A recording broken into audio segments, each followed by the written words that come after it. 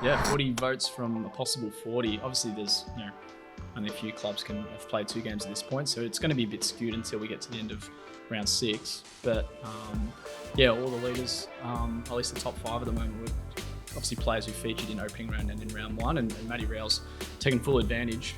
40 votes and 20 from each game is a perfect start for him, and he's certainly got some competition from teammates in Tuke Miller, Noah Anderson, who I think polled quite strongly as well over the first 2 weeks. So yeah, great start for the Sun, who has been the form player of the competition over the first 2 weeks for sure.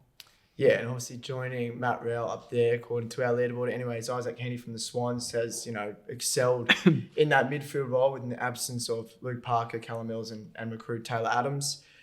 He's really shown his leadership on field. I was actually at the game between Sydney and Collingwood on Friday night, and his leadership and just his spring, he's really got that step going again through the midfield. That you maybe lacked up forward, given the fact he's not running in between the arcs as well in that position. So it's good to see that he's really, performed at the level that we all think he could.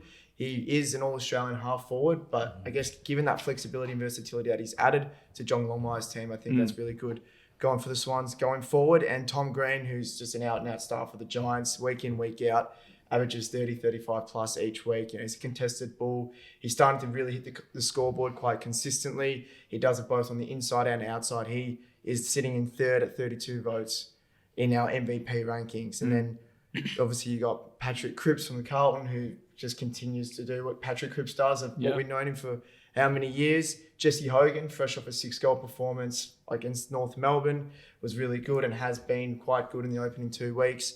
And then Archie Perkins, Caleb Sarong, Patrick Dangerfield, Connor Mosey and Chad Warner all following on 20 votes as well, which, given their form, they're looking like going to be in and around the mark come maybe the pointy end of the year as well. Yeah, I think those guys outside of Warner that you mentioned at the end, they were all, their only first games in the season in round 1, so they were all perfect games. Hard to go past Sarong, Danger. Port Adelaide game was a hard one to vote on, but I think Rosie probably just ahead of the likes of Soldo and Butters, and then Archie Perkins. Exact type of game that a lot of Essendon fans are hoping to see this year, and they got it early, which was nice. So hopefully that's a sign of what's to come for the rest of the year. Yeah. So back on Heaney, do you think he needs to stay in the midfield once Swans get some of those midfielders back? Yeah, this is tough. And Brad Scott said the same thing about Archie Perkins. You want to keep them in there. You're probably going to have to find a balance. He won't be playing full time. Not that he has anyway, but he gives you a nice bit of flexibility, which is something that John Longmire's side is really thriving off at the moment, because you can roll James Rowbottom forward, Chad Warner forward, Errol Goulden can go outside onto the wing, Justin McInerney can go forward. So you get Parker back. He probably plays more forward than Heaney now.